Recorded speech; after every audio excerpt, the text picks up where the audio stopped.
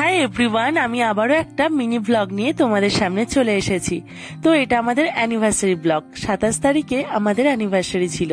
তো সেই জন্য আমার হাজবেন্ড সারাদিন কিছুই বুঝতে দেয়নি। অ্যাজ ইউজুয়াল আমাকে সারপ্রাইজ প্রত্যেকবারই দেয়, এবারেও দিয়েছে। তো সন্ধ্যাবেলা দেখলাম এত ফ্লাওয়ার নিয়ে আমার কাছে চলে এসেছে, এসে বলল যে এগুলো সব তোমার জন্য। তো আমি ফ্লাওয়ার অমনিই ভালোবাসি, তোমরা সবাই জানো। তো এগুলো দেখে তো আমি লিটারেলি আমি কি করব বুঝতেই পারছিলাম না যে এত ফ্লাওয়ার আমি কি করব। ও তখন বললো তুমি ডেকোরেশন করো তোমার রুমটা। তো তাই করলাম যে রুমটা ডেকোরেশন করি। আর ডেকোরেশনের দায়িত্বটা বরাবরই আমারই থাকে। ও ফ্লাওয়ার এনে দেয়, সব কিছু করে, কিন্তু ডেকোরেশনটা আমিই করি। যদিও ডেকোরেশনটা ওর থেকেই আমার শেখা বিয়ের পরে, কিন্তু এখন সেভাবে ও সময় পায় না, সেই জন্য আমি ডেকোরেশন করি বরাবর। তো এই যে ফ্লাওয়ারগুলোকে আমি কাটিং করছি, দেখো পরপর কাটিং করে রাখছি। আর এগুলো অনেকটাই সময় সাপেক্ষ, অনেকটাই সময় লাগে। তো পরপর কাটিং করে রাখছি আর ভাবছি এত ফ্লাওয়ার কিভাবে সাজানো যায়। তো যাই হোক, এই বেডটার কর্নারটাই আমি বাজলাম যে এখানটাতেই সাজানো যায়, ভালো লাগবে দেখতে। তো এখানেই পরপর আমি সাজিয়ে রাখছি ফ্লাওয়ারগুলোকে। তোমরাই বলো যে কিরকম দেখতে লাগছে। সবটা সাজানো হোক, অবশ্যই তোমাদেরকে ফাইনাল লুকটা দেখাবো। এই যে এটা আমাদের একটা অ্যানিভার্সারিতে গিফট পাওয়া ছিল, এই পিকচারগুলো।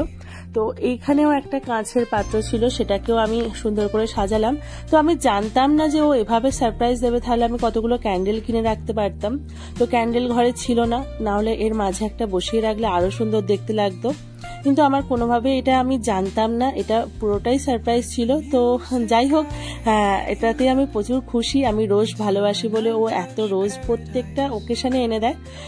ভ্যালেন্টাইন থেকে শুরু করে আমার বার্থডে, আমার অ্যানিভার্সারি, সবেতেই ও ফুলটা প্রচন্ড আনে। আমি ভালোবাসি বলে ফুলের বুকেও এনেছে একটা। এই যে দেখো আমি সাজিয়ে দিয়েছি। আমি ভাবছিলাম যে কিভাবে কি সাজানো যায়, এবার অত সময় ছিল না যে আমি আরো সুন্দর করে সাজাবো, কিন্তু আপাতত যতটুকু সময় পেয়েছি ততটুকুর মধ্যে এটাই সাজালাম। কারণ আরেকটু যদি সময় পেতাম তাহলে আরেকটু ভালোভাবে সাজাতে পারতাম, কিন্তু সময় খুবই কম ছিল। কারণ আমাকে এটা দিয়েই আমাকে বললো তুমি রেডি হয়ে থেকো, এক জায়গায় নিয়ে যাব। তো সেটাও আমি জানতাম না যে ও আমাকে কোথায় নিয়ে যাবে বা কি প্ল্যান করে রেখেছে। তো এই ড্রেসটা আমার অ্যানিভার্সারি স্পেশাল ড্রেস। আমি যদিও এটা অমনি নতুন কেনা ছিল, কিন্তু আমাকে বললো রেডি হয়ে থাকতে।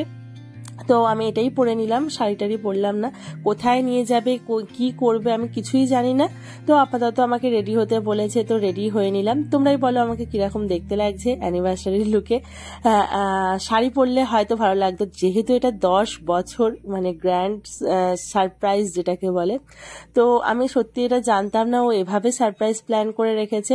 আমাকে রেডি হতে বলেছে, আমি রেডি হয়ে নিয়েছি। তো আমাকে নিয়ে যাচ্ছে, কোথায় নিয়ে যাচ্ছে, কি করেছি না করেছি সবটাই আমি তোমাদের পরের ব্লগে দেখাবো। আর আপাতত কিরকম ডেকোরেশন করেছি বা কিরকম ব্লগটা তোমাদের লাগলো সেটা অবশ্যই আমাকে কমেন্ট বক্সে জানিও। যদি ভালো লাগে আমার পাশে থেকো। আর পরের ব্লগে আমি আসছি আবার। এখন টাটা।